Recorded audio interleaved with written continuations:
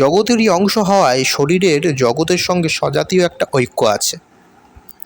মানুষ জগৎ সংসারকে আমি বলে মনে করে না, কিন্তু ভ্রমবশত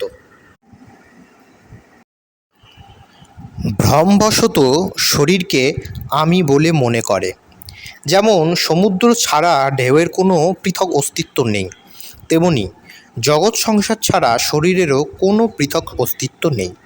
কিন্তু অহংকারে বিমুগ্ধচিত্ত মানুষ যখন শরীরকে আমি বা নিজ স্বরূপ বলে মেনে নেয়, তখন তার মধ্যে নানা প্রকার কামনা উৎপন্ন হতে থাকে। যেমন আমার যেন স্ত্রী, পুত্র, অর্থ ইত্যাদি লাভ হয়, লোকে আমাকে যেন ভালো মনে করে, আমাকে যেন শ্রদ্ধা সম্মান করে, আমার মতন অনুযায়ী যেন চলে ইত্যাদি।